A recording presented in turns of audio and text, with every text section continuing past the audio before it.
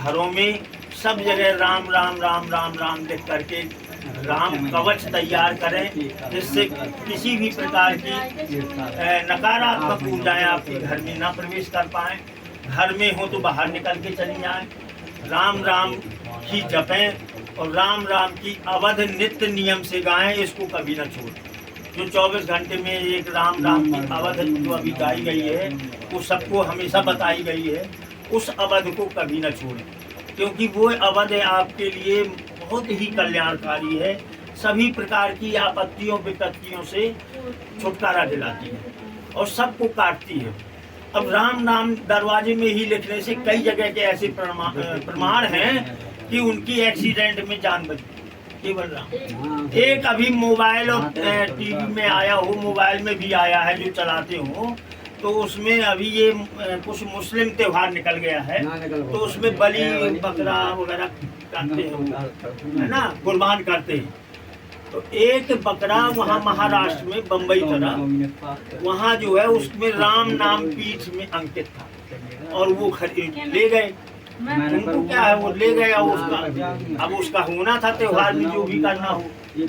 तो राम नाम का ये प्रभाव देखो कि फिर उसकी बलि नहीं लग पाई और वो सब पकड़ गए। ऐसा हुआ कि पुलिस का छापा पड़ा और उस बकरे को छुटकारा मिला, वो सब पकड़े गए। इस प्रकार से हुआ। तो राम नाम को ताकत देखो, उसके बकरे के शरीर में ही लिखा था राम, उसने बचाया, उसके प्राण की रक्षा कर। राम राम को साधारण राम नाम के महत्व को तो गाया ही नहीं जा सकता, बताया ही नहीं जा सकता। केवल हमारे संतों ने जो बताया है वो अपने अनुभव बताए हैं। अगर हम ज्ञान प्राप्त करने के लिए ग्रंथों का पाठ करेंगे, जैसे आपने बताया कि हमारे यहाँ इतने ग्रंथों का पाठ नित्य होता है, और पढ़ते पढ़ते देखेंगे और उससे हो सकता है जीवन ही निकल जाए और नहीं पढ़ पाए, इतना ज्ञान नहीं अर्जित कर पाएंगे। फिर ज्ञान की धारा लेकर के अगर चलेंगे तो बड़ी कहा है कि ज्ञान तो कृपाण की धारा है, तलवार की तरह है कि उसमें चूक गए तो फिर चूक गए।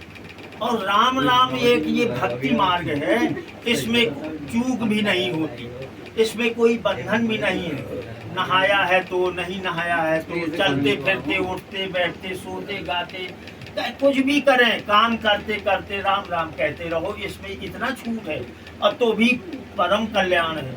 तो इसलिए राम राम अवश्य करना है और राम राम को ले लिया तो कहीं भटकने की जरूरत नहीं है। जाते भी हो तो ऐसा नहीं कहते कि हम तुम देवी देवताओं के मंदिर में जाते हो, नियम बना है अब जो है हम न जाएंगे, नहीं। तो जाना है तो आपकी निष्ठा अलग नहीं होने पाएगी, थोड़ा नमूना बदल लो। माता जी के दर्शन करने गए, कालका मैया गए, जैसे मुस्कुरा में रहते हैं, नियम बना है कि नित्य वहाँ के लोग दर्शन करने जाते हैं, तो जाइए। लेकिन अब वहाँ जैसे ही मंदिर में प्रवेश करें तो राम राम राम राम ही सुनाइए, राम राम से ही परिक्रमा करिए, राम राम भी माता जी को सुनाइए। और प्रार्थना करना है तो उनसे मांगिए कि माता हमारे ऊपर कृपा करो, हमारी राम में निष्ठा बनी रहे, राम से हमारा प्रेम ना छूटने पावे। ये प्रार्थना कर लो। आपकी राम नाम से निष्ठा भी अलग नहीं हुई और आपका नियम भी नहीं बंद हुआ, माता जी का आदर भी हो गया, निरादर भी नहीं हुआ। शिव जी के मंदिर में जाओ तो उनका भी जो कुछ करते हो करो, लेकिन उनको भी राम राम सुनाओ। अब राम नाम सुनाओगे तो शिव जी खुद ही राम राम जपने वाले हैं तो अति प्रसन्न होंगे। अनेक मंत्रों से ना प्रसन्न करो, राम राम से प्रसन्न तो भी राम राम की वो क्या होगा, वो अति प्रसन्न हो जाएंगे। जो काम आपके अन्य मंत्रों से नहीं हुए वो राम राम से हो जाए। एक बार तुलसीदास जी काशी में रहते थे, तुलसीदास जी भी काशी में रहे हैं, और जब रामचरितमानस की रचना भी हो गई और इस प्रकार से कुछ ऐसी घटनाएं हुई कि किसी को पाप का दोष, हत्या का दोष लगा दिया गया, तो वहाँ अब वो तो राम जी पर अनन्य भक्त थे, और जो जितने अनन्य भक्त हुए हैं सबको राम के दर्शन हुए, राम के उनके अनुभव हुए हैं, दर्शन हुए हैं, माने ब्रह्म स्वरूप हो गए।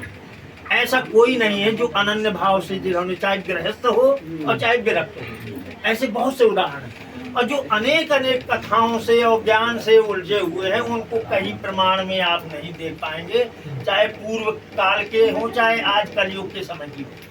और इसमें जो है आपको कलयुग के संत भक्त भी मिलेंगे और पहले के संत भक्त भी मिलेंगे, जिन्होंने अनन्य भाव से किया है राम धर्म अपनाया है उनको भगवान की अनुभूति हुई है। तो देखो तुलसीदास जी का सब कोई जानता है कि भगवान राम ने।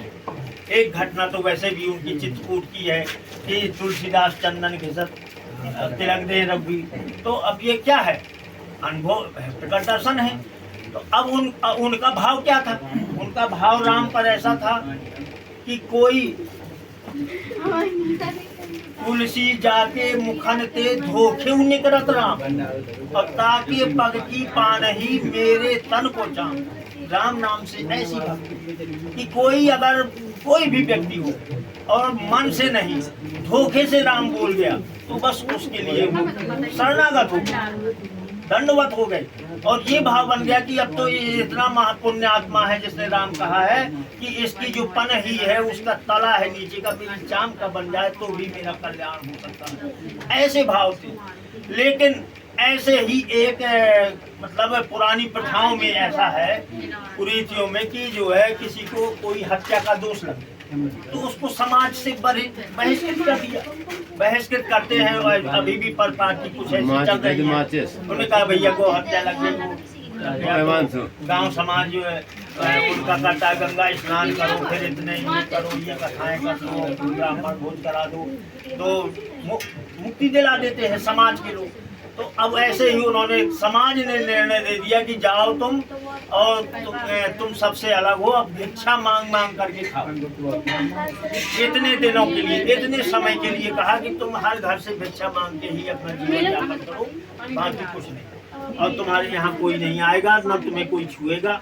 तो भैया वो जब जैसा समाज से दंड मिला तो उसने स्वीकार किया। तो वो राम राम कह के ही भिक्षा मांगने लगा, घर घर जा करके राम राम भिक्षा दो, राम राम भिक्षा दो, राम राम बोले। तो भिक्षा लोग देते थे और कहीं कहीं कहो भिक्षा ना दे कि अरे ये तो हत्यारा है, इसको ना तो इसको कैसे देंगे, ये हटो। तो ऐसा भी तिरस्कार मिलता था।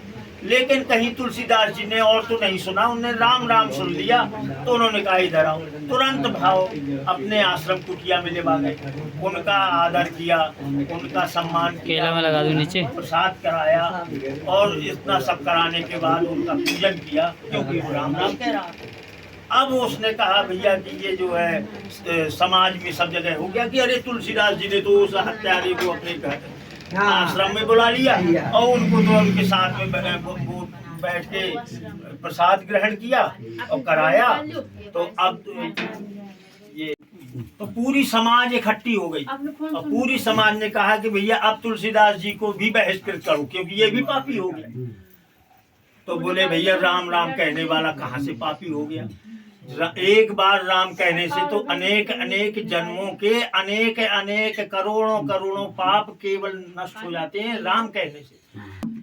राम नाम हृदय धरो, जब ही नाम राम हृदय धरो भयो पाप को नाश और मानो चिनगी आग की पड़ी पुराने घास।